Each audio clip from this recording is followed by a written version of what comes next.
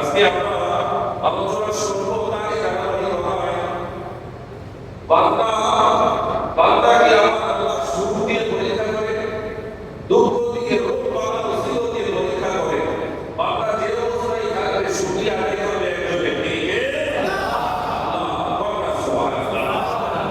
তো সেই বিষয়ে আরেকটা বিষয় হচ্ছে রোগী যারা হবে আত্মীয় অনাত্মীয় যেই হোক না কেন সাধ্যমতো রোগীদের সেবা করার ফজিলত এবং সেবা করলে আমার আপনার কি উপকার রয়েছে সেই বিষয় সম্পর্কে আমরা কোরআন হাদিস থেকে ইনশাআল্লাহ আলোচনা শুরু করব।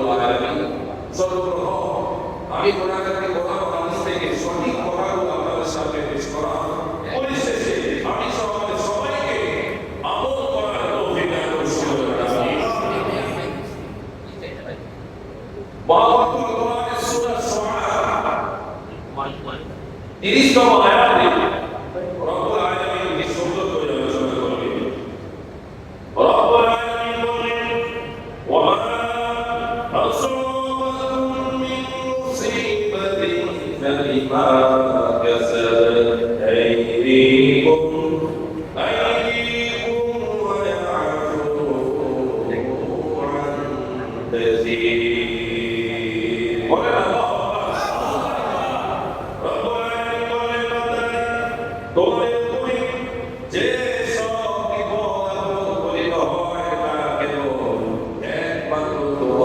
কর্মের ফল এগুলোর মধ্যে আমি আল্লাহ পাকের মহাত্মে কেন আমি আল্লাহ এমন স্রষ্টা এমন মালিক এমন অদ্ভুত এমন রহিম এমন রাজ্জাক যখন তোমরা রোগ বা মুসিবতের মধ্যে পড়ে যাও বান্দা আলহামদুলিল্লাহ আমি আল্লাহর কাছে ক্ষমা চাই। আমি আল্লাহ তাআলা ওয়া ইয়াফু আন কাসীর তোমাদের অতি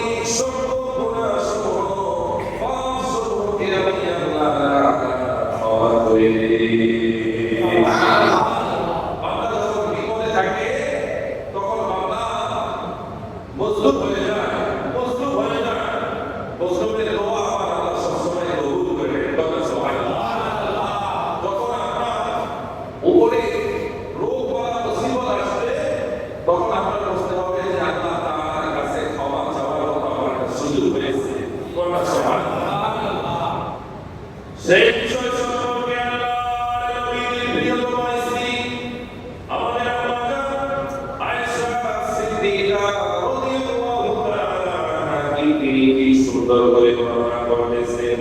আল্লাহর নবী নূর আল-বাশারি মুহাম্মদুর রাসূলুল্লাহ সাল্লাল্লাহু আলাইহি ওয়াসাল্লাম নবী ইরশাদ করেন উম্মতেরা যখন কোন মুমিন বান্দা অসুস্থ হয়ে যায়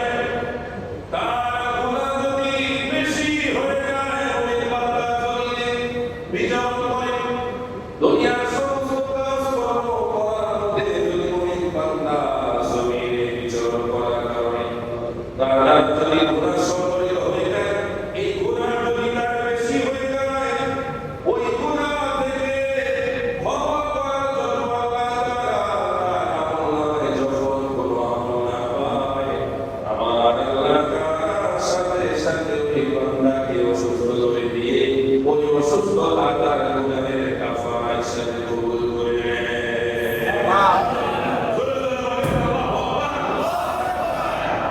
ওই বান্দা সে গুনাহ করলে তার আমল যদি কিছুই না থাকে তার এই গুনাহটাকে বাইপাস করা হতো। এই গুনাহটাকে বাইপাস করে পাস করা তাকে নতুন করে জীবন শুরু করার মতো যদি তার কোনো আমল না থাকে তখন আল্লাহ তার উপরে রোগ দেয়, ওই রোগটা হয়ে যায় তার গুনাহের কাফারা। সুবহানাল্লাহ। আল্লাহ ওই বান্দাদেরকে কত ভালোবাসে। সুবহানাল্লাহ। এজন্য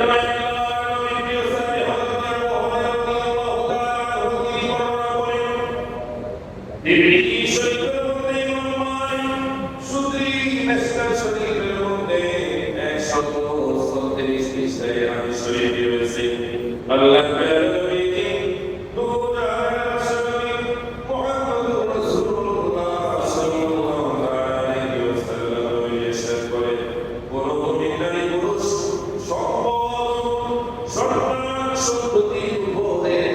বালা মুসিবত আসে বান্দা আল্লাহ তাআলা ওই কারণে মুমিন বান্দার পাপ সমূহকে ক্ষমা করে দেয়। এই হাদিস শরীফের মধ্যে মুমিন নারীও হতে পারে, পুরুষও হতে পারে, সন্তান সন্ততির উপরে যদি তখন বালা মুসিবত হয়, ধৈর্য সহকারে যদি ওই মা বাবা যদি থাকতে পারে, আমার আল্লাহ তাআলা সন্তানের সাথে বাবার জিন্দেগির গুনাহগুলো ক্ষমা করে দেয়। আমরা একটা হাদিস শরীফ শুনেছি যে বান্দা পেটের ব্যথা যদি তার ইন্তেকাল হয়, সেই হাদিস শরীফটি আপনাদেরকে সরাসরি শোনাচ্ছি। হযরতে সুলাইমান ইবনে সুরাদ রাদিয়াল্লাহু তাআলা আনহু থেকে বর্ণিত, তিনি বর্ণনা করতেছেন, তিনি সুন্দর কথা।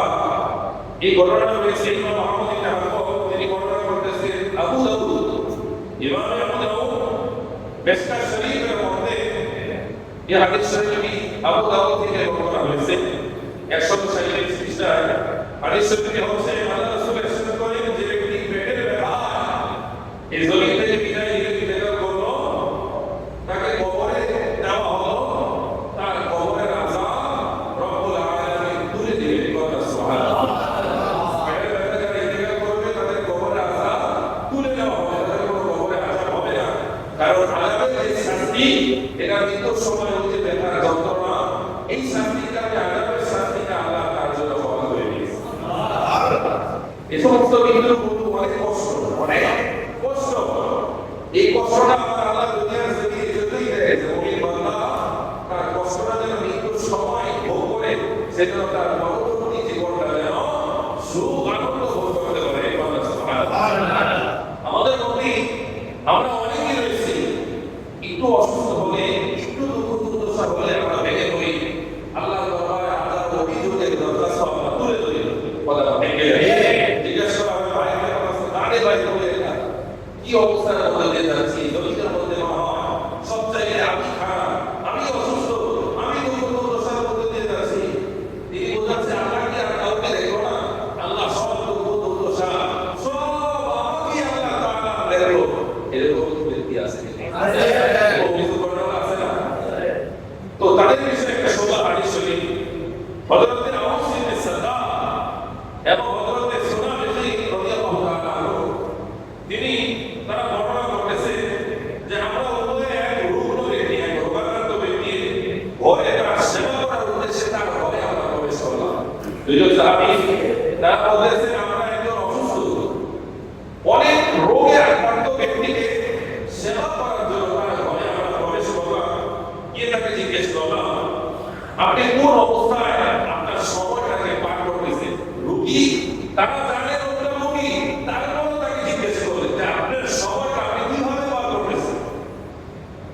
ওই লোকটা উত্তরে বললেন, আমার যে সময়টা আমি পার করতেছি ওই সময়টা রব্বুল আলামিনের নিয়ামতের উপরে। এবার হযরত সাদা রাদিয়াল্লাহু তাআলা উনি বর্ণনা করতেছেন, হে আল্লাহর বান্দা, নবীর উম্মত শুনে নাও, আপনার জন্য সুসংবাদ হলো আল্লাহ তাআলা আপনার যাবতীয় সকল গুনাহগুলো কুদরতিগুলো ক্ষমা করে দিয়েছে। লোকটি জিজ্ঞেস করলেন, আমি উত্তর দিলাম কি আপনারা শোনেন কি? কেন আল্লাহ তাআলা আমার যাবতীয় ত্রুটি গুনাহগুলো ক্ষমা করে দিয়েছেন, তার কারণে আমি কি আমল করলাম? এবার ওই সাহাবী ওই অসুস্থ ব্যক্তিকে জানিয়ে দিলেন, ও আল্লাহর বান্দা, ও ভাই শোনো, আমার নবীর নবী মায়ার নবী বলেছেন, মুমিন বান্দা যখন অসুস্থ অবস্থায় থাকে, ওই অবস্থায় যদি কোনো বান্দা আল্লাহর শুকরিয়া আদায় করে, আমার আল্লাহ তাআলা ওই রোগাক্রান্ত ব্যক্তিকে রোগ দেওয়ার পর সে যখন আল্লাহর প্রশংসা করে, আমার আল্লাহ তাআলা তাকে রোগ থেকে বিছানা থেকে এমনভাবে মুক্ত করে দেয়, এমনভাবে মুক্ত পবিত্র করে দেয়, যেমনি ভাবে ওই বান্দা রোগ থেকে সুস্থ হয়েছে, সুস্থ হয়ে বিছানা থেকে উঠেছে। নবীজি বললেন, তখন নবীর সাহাবী নবীজির বক্তব্য এমনভাবে করতেছে, ও ভাই শোনো, আমার নবীজি বলেছে বান্দার অবস্থায় যখন আল্লাহর শুকরিয়া আদায় করে, আমার আল্লাহ তাআলা তার গুনাহ থেকে পবিত্র বানিয়ে দেয়, নিষ্পাপ বানিয়ে দেয়। আল্লাহ তোমাকে হুকুম দিয়েছে, তারপরও তুমি আল্লাহর প্রতি কোনো অভিযোগ নাই, তুমি শুকরিয়া আদায় করেছো। এজন্য আল্লাহ তাআলা বিছানা থেকে যতক্ষণ তুমি শুয়েছিলে এবং যখন তুমি সুস্থ হয়েছো, সাথে সাথে তোমার পাপগুলো ওই বিছানার সাথে সাথে আমার আল্লাহ তাআলা ক্ষমা করে দিয়েছে। এজন্য মুমিন বান্দাদের একটা লক্ষণ দেখবে, কি লক্ষণ? মুমিন বান্দা যদি অসুস্থ থাকো সবসময় শুকরিয়া আদায় করে একজনের দিকে। এই হাদিস শরীফ থেকে আমরাও শিখাইব, আমরাও সবসময় যে কাজে আছি, যে কর্মী আছি, যে অবস্থায় আছি, শুকরিয়া আদায় করা দরকার আছে কি না? আছে।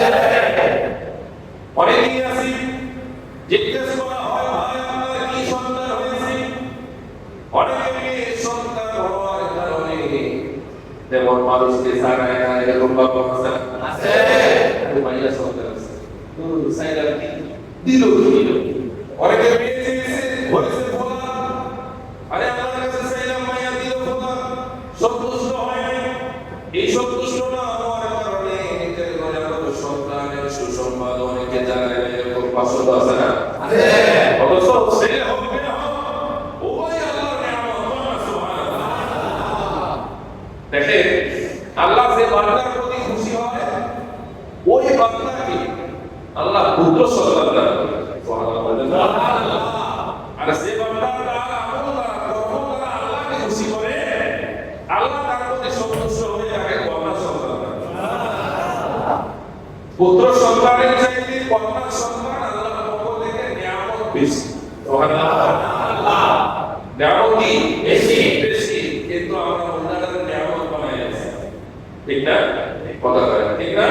আমাদের দেশে এমন কাপুরুষ রয়েছে, স্ত্রী তথা বিবাহ দাম্পত্য জীবনে একাধিক মেয়ে সন্তান হলে বউ তালাক দিয়ে দেয়, এরকম গোলামি আছে না? অথচ ছেলে হোক মেয়ে হোক, আধুনিক বিজ্ঞান বলতেছে ছেলে মেয়ে যাই হোক এটার সাথে নারীদের কোনো সম্পর্ক নাই।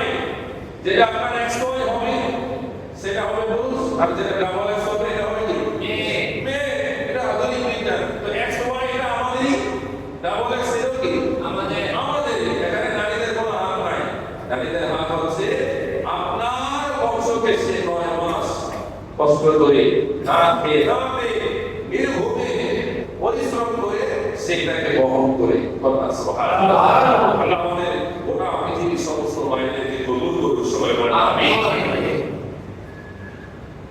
এজন্য আল্লাহর নবীর প্রিয় সাহাবী হযরত আবু সাঈদ খুদরি রাদিয়াল্লাহু তাআলা আনহু তিনি বর্ণনা করতেছেন, আল্লাহর প্রিয় নবী দুজাহানের বাদশা নবী মুহাম্মদুর রাসূলুল্লাহ সাল্লাল্লাহু তাআলা আলাইহি ওয়াসাল্লাম নবী ইরশাদ করেন, আল্লাহ তাআলা বলতেছেন, বান্দাই আমি আল্লাহ তাআলা যেই বান্দার উপরে দয়া করতে চাই তাকে আমি দুনিয়া থেকে নিয়ে আসার পূর্বে তার গুনাহ থেকে আমি আল্লাহ তাআলা তাকে পবিত্র করে দেই। সুবহানাল্লাহ। যদি তাকে পবিত্র করতে চাই তাহলে আমি আল্লাহ তাআলা কিভাবে তাকে পবিত্র করব, কিভাবে পবিত্র করব? রব্বুল আলামিন বলেন, আমার মুমিন বান্দা নেককার বান্দা ভালোবাসার বান্দাকে দুনিয়া থেকে আমি আল্লাহর কাছে নিয়ে আসি, তখন আমি আল্লাহ তাআলা তাকে পবিত্র করতে চাই। এই পবিত্র করার জন্য, গুনাহ থেকে বাঁচার জন্য, ক্ষমা করার জন্য আমি আল্লাহ তাআলা সর্বপ্রথম তাকে রূপ দেওয়ার পরেও যদি অবশিষ্ট কোনো গুনাহ যদি থেকে যায় বান্দা, আমি আল্লাহ আমার ওই মুমিন বান্দার মৃত্যুর সময় একটু যন্ত্রণা কষ্টটা বাড়িয়ে দেই। ওই মৃত্যুর যন্ত্রণা, মৃত্যুর কষ্টের কারণে আমার ওই বান্দা আমি আল্লাহর কাছে এমন ভাবে, ওই বান্দা সে যেমন ভাবে দুনিয়ার জমিনে আমি আল্লাহ তাআলা কোনো মায়ের গর্ভ থেকে কোনো সন্তানকে ভূমিষ্ঠ করে দেই। যে সন্তান জমিনে আসে ওই সন্তান নিষ্পাপ হয়ে আসে। কি হয়ে আসে? নিষ্পাপ। কথাটা একটু খেয়াল করেন।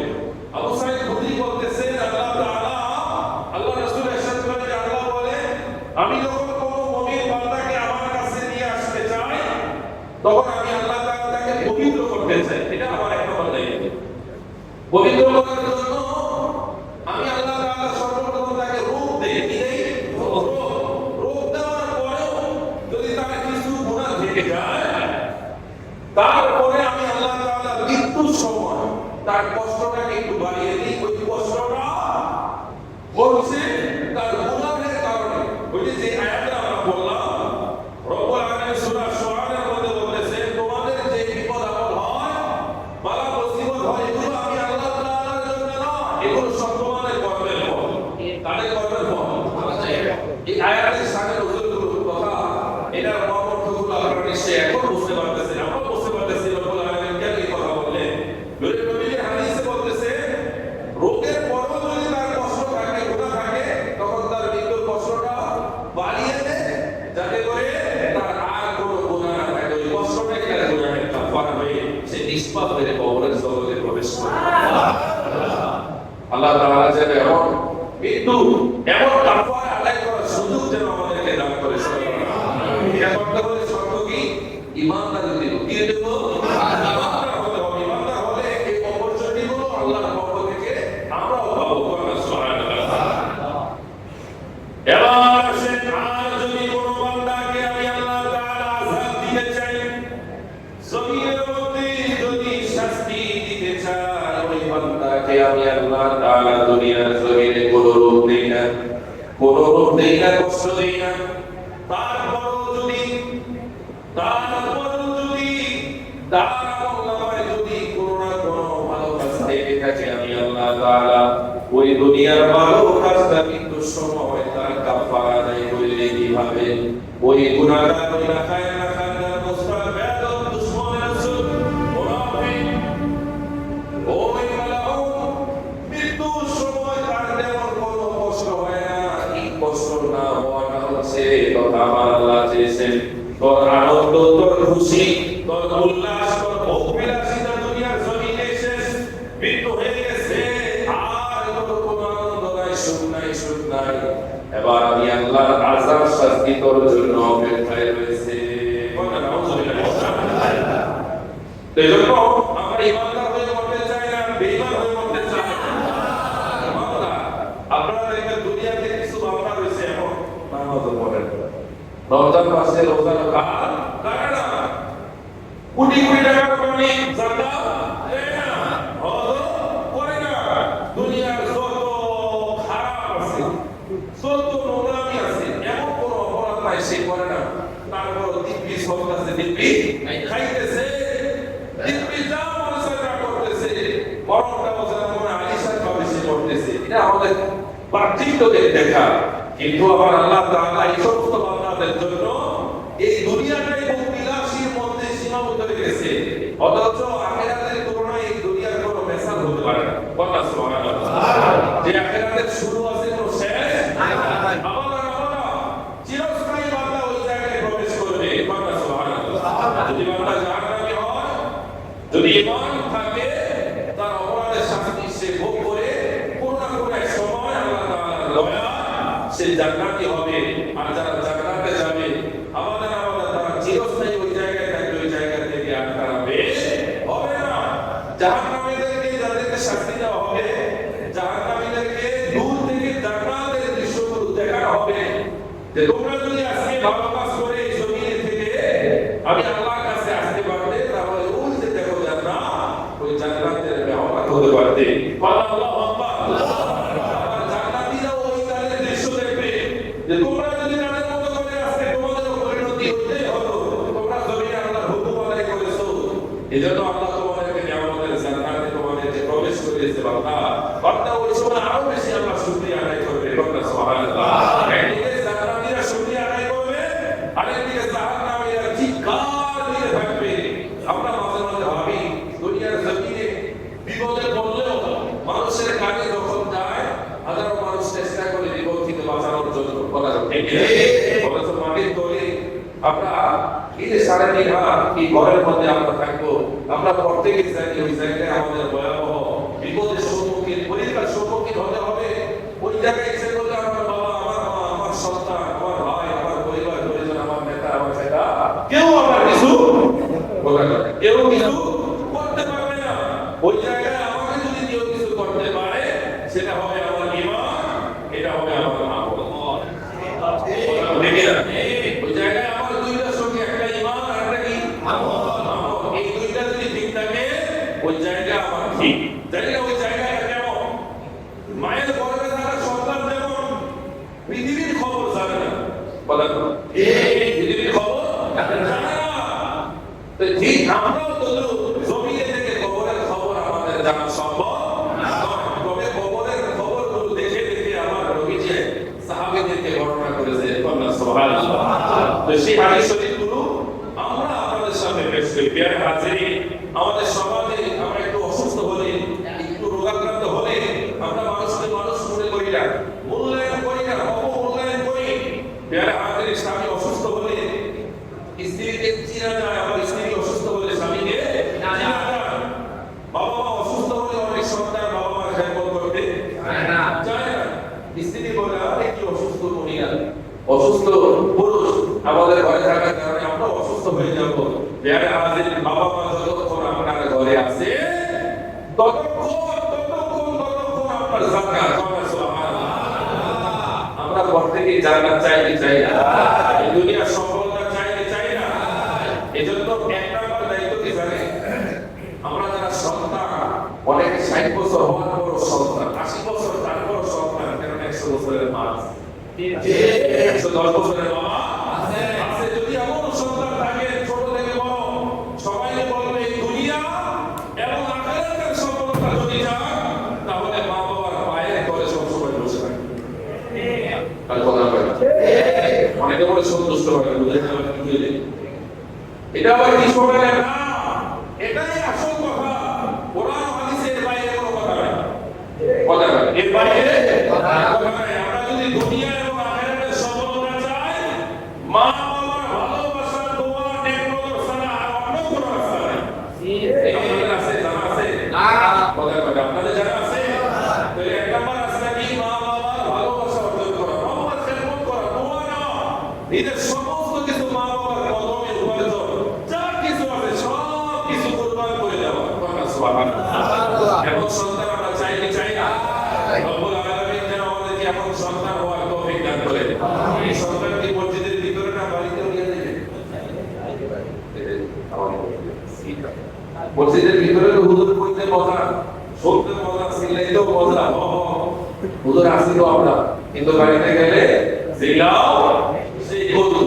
তাহলে এই ওয়াজের কোনো দাম নাই। আমাদের ওয়াজটা আমরা বাড়িতে চাই কি চাই না? আমাদের মনে চাই কি চাই না? দুনিয়া সফলতার কথা বলেছি না, দুনিয়া এবং আখিরাত। দুনিয়া এবং আখিরাত, দুনিয়া এবং আখিরাতের মধ্যে যদি আপনি সফল হতে চান, মা বাবার খেদমত, জয় বাবার কার খেদমত? মা বাবার খেদমত। দুই নম্বর হচ্ছে আপনি বেশি বেশি গোপন আমল করবেন। আমরা অনেকেই বাহ্যিক দৃষ্টিতে অনেক বড় আল্লাহ বলি, কিন্তু তার সাথে একদিন কাটারের মধ্যে আপনি ওই লোকটা হয় না, বলা হয় না। আমাদের দেশে অনেকেই আছে বাহ্যিকভাবে ফেরেশতা, কিন্তু অভ্যন্তরে এই লোকটার মতো দুশ্চরিত্র, লম্পট, এরকম বাটপার, এরকম শিকার নাই। কথা ঠিক কিনা? যে বান্দা তার গোপন আমল বেশি, তার দাম আল্লাহর কাছে বেশি, কত বেশি? দুনিয়া এবং আখিরাতে সফলতাও তার বেশি। সুবহানাল্লাহ। যে বান্দা গোপন পাপ ছেড়ে দিল, আপনার গোপন আমল কম কিন্তু আপনার পাপ নাই, কি নাই? পাপ নাই। একটা বিষয় খেয়াল রাখবেন, সওয়াবের আরেকটা দরজা হলো, নেক আমলের একটা সবচেয়ে বড় দরজা হলো কি জানেন? গুনাহ থেকে বাঁচা। কি থেকে বাঁচা? ধরে বলেন, কি থেকে বাঁচা? গুনাহ থেকে বাঁচা। এটাও কিন্তু নেক আমলের সর্বস্তরের দরজা। এই দরজা আমরা অনেকে এখনো পৌঁছাইতে পারি নাই। আমরা পৌঁছাইতে চাই কি চাই না? সুবহানাল্লাহ। এজন্যই নবী বলেন, উম্মতের আলী আল্লাহ নবীর প্রিয় সাহাবী হযরত আবু মুসা রাদিয়াল্লাহু তাআলা আনহু থেকে বর্ণিত বুখারী শরীফের মধ্যে হাদিস শরীফটি রয়েছে এবং মুসলিম শরীফ সহ কয়েকটা গ্রন্থ সহ মিশকাত শরীফের মধ্যে রয়েছে। আল্লাহ নবীর প্রিয় সাহাবী ইরশাদ করেন, আল্লাহর প্রিয় নবী দুজাহানের বাদশাহ মুহাম্মদুর রাসূলুল্লাহ সাল্লাল্লাহু তাআলা আলাইহি ওয়াসাল্লাম নবী ইরশাদ করেন, উম্মতের আলী আত'ইমুল জাইজা আত'ইমুল জাইজা নবী আমাদেরকে শেষ করে উম্মতেরা তোমাদের এক নাম্বার দায়িত্ব হচ্ছে তোমরা যখন কোনো ক্ষুধার্ত ব্যক্তিকে দেখবে অসহায় ব্যক্তিকে দেখবে ওই বান্দাকে তোমরা খাবার দিয়ে তার ক্ষুধা নিবারণের চেষ্টা করবে সুবহানাল্লাহ নবী বলেন আত'ইমুল জাইজা তোমরা ক্ষুধার্তকে খাবার দাও কি দাও এই কথা বলেন কি দাও খাবার দাও তারপরে বলতেছে ওয়াউদুল মারিদা তোমাদের মধ্যে যারা অসুস্থ এই অসুস্থ ব্যক্তির সেবা করো কি করো ধরে বলে কি করো সেবা করো তিন নম্বর হচ্ছে ওয়াকুফুল আরিয়া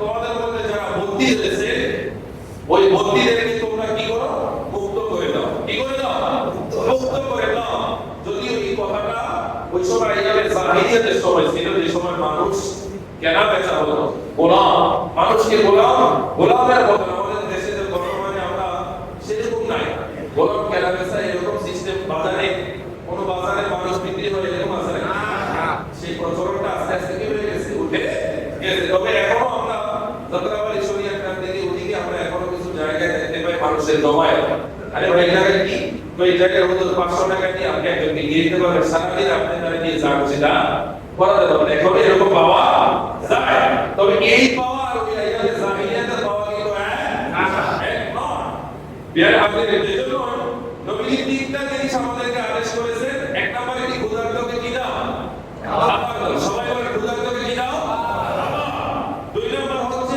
রোগীর সেবা করো রোগীদের কি করো সেবা করো শুধু দেখা নয় আপনার সামর্থ্য মতো সেবা করা একটা রোগীকে দেখার সময় আপনি যদি বলেন ভাই আল্লাহ করে ভাই আল্লাহ করে ভাই আপনার কথাবার্তা এরকম যে মরহুরে অনেক বের হয়ে যাবে না রোগীরা যত মুমূর্ষ অবস্থায় থাকুক আপনি তাকে উৎসাহ দেন কি দেন উৎসাহ দেন সাহস যোগাতে ভাই আপনি নার্ভাস হয়ে না দুর্বল হয়ে না আমরা তো আছি ইনশাআল্লাহ আপনার কিছু হবে না আপনি সুস্থ হয়ে আপনি আমাদের সাথে বিচরণ করবেন ওই রোগীর মনোবল বেড়ে যাবে আপনার প্রতি খুশি হয়ে যাবে এই যে রোগীটাকে খুশি করবেন আল্লাহ আপনাকে খুশি করে দিবেন আমাদের ইবাদতের গাইডলাইন বুঝি না সিস্টেম বুঝি না কথা বেকিরা একজন মানুষ বিপদে পড়লে আমরা সমালোচনা দিক তার উপরে তাকে বিপদ থেকে আমরা বাঁচাই না তার আগে যে মোবাইল দিয়ে ভিডিও করবে কথা বেকিরা আমাদের দেশ বিগত এক বছর এক সরকার থেকে মুক্ত হয়েছে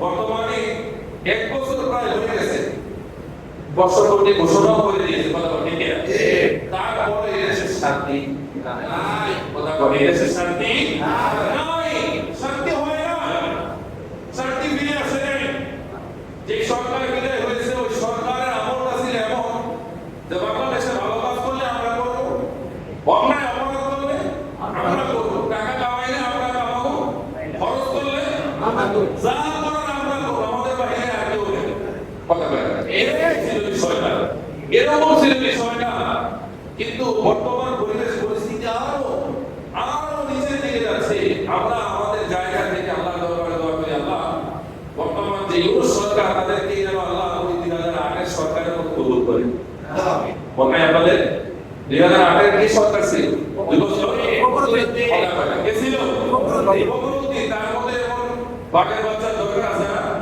কাউকে বড় ফখরুদ্দিন আর থেকে মঈনুদ্দিন দুই আল্লাহর বান্দা মিলে গোটা বাংলাদেশের সরকারকে এমন ভাবে নিয়ন্ত্রণ করেছে কোন রাজনৈতিক নেতার পর্যন্ত সবাই মাশাআল্লাহ জেলের বাকি সবাই মোটামুটি সুযোগ দিয়েছে কথা কয় না ঠিক না তো এরকম আমাদের দরকার বর্তমান বাংলাদেশে চতুর্দিকে খুব রাজধানী একজন নারী শ্লীলতাহানি হচ্ছে এক ভাই ভিডিও করতেছে 2 ঘন্টার মধ্যে প্রকাশ্যে দিবালোকে বুকিয়ে জখম করে তাকে জবাই করে দেওয়া হচ্ছে কি অবস্থা আমরা মানুষকে জবাই করে দিতেছি হয়তো সে কোনো না কোনো রাজনৈতিক দলের ছত্র ছায়া কথা ঠিক না অবদানের ছায়া আজকে এত পাওয়া অথচ এই বাংলাদেশে এত বড় কিছু হওয়ার পরও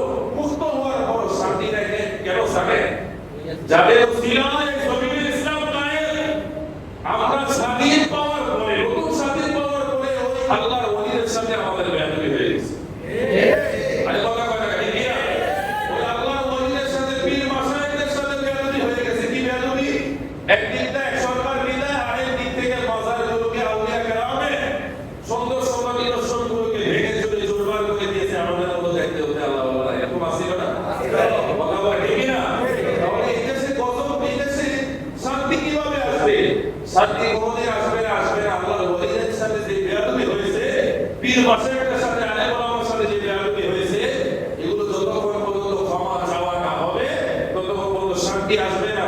আমরা শুধু নামে মুসলমান যে কেউ আসল ক্ষমতায় আসার আগে আমরা ক্ষমতায় গেলে ইসলামের বিরুদ্ধে কোনো আইন হবে না। কিন্তু যেটা সেই পদ্ধতি পরিণত হয়ে যায়, কথা ঠিক কিনা? সর্বশেষ মেসেজ পেয়ারা হাজির, আমাদের দেশটা এমন হয়েছে যে হুজুর হ্যাঁ রাজনীতি করবে না, যে রাজনীতি করবে সে কোনোদিন কোরআন হাদিসের পক্ষে কথা বলবে। অথচ বলেন দুই জিনিসটা কি এক না আলাদা? কথা বলে দুইটা কি এক? কথা বলে দুইটা কি? কোরআন হাদিসের রাজনীতি আছে না? আমার নবী দেশ করে নাই? কথা এই বিষয়ে আমরা বেশি কথা বলবো না, তাহলে আমরা অনেক কিছু বুঝতে পারি। কথা বলে এটা আপনাদের ব্যাপার, কিন্তু একটা বিষয় আমার নবী দেশ পরিচালনা করেছে, বলে ঠিক না? হযরত আবু বকর দেশ পরিচালনা করেছে না?